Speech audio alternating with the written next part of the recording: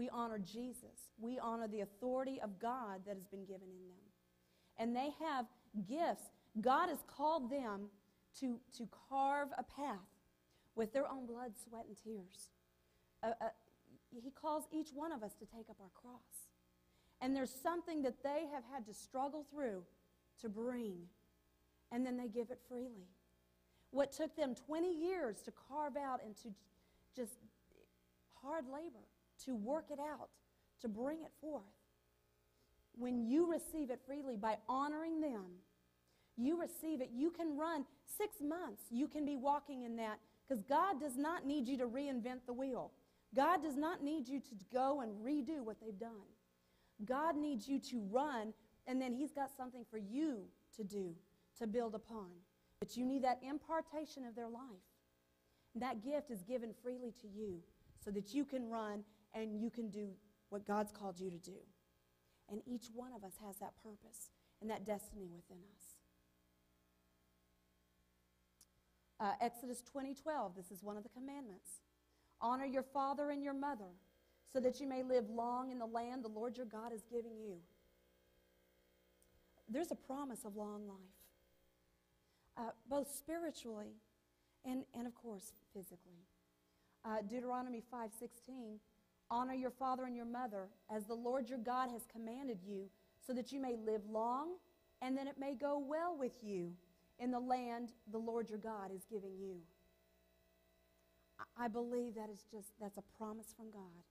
If we will do it right, if we will honor those gifts that He's given to us, the mentors, the teachers, the pastors, the people that are pouring into our lives, and we receive freely from them, He's promising that we will live long in the land He is giving us. So it's about supporting their vision and planting in their field. And then the land He gives us, we will live long, and it will go well with us in our own land.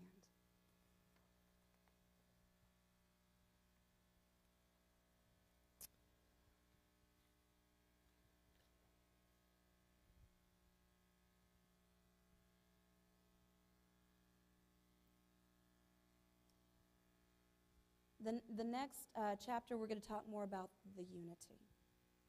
But I believe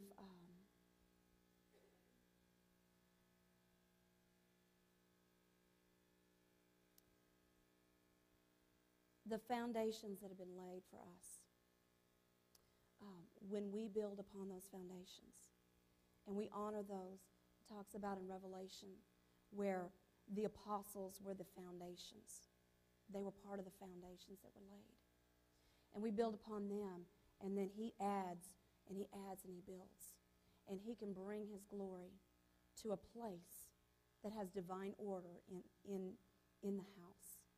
And what we are learning through this series is what is it that we need to get aligned with in His Word, because we want to see His glory.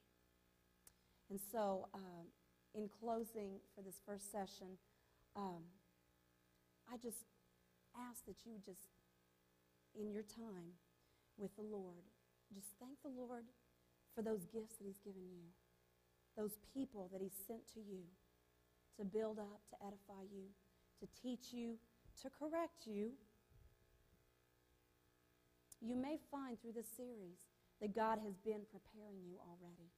And so this is just to edify you and to let you know you're on the right track.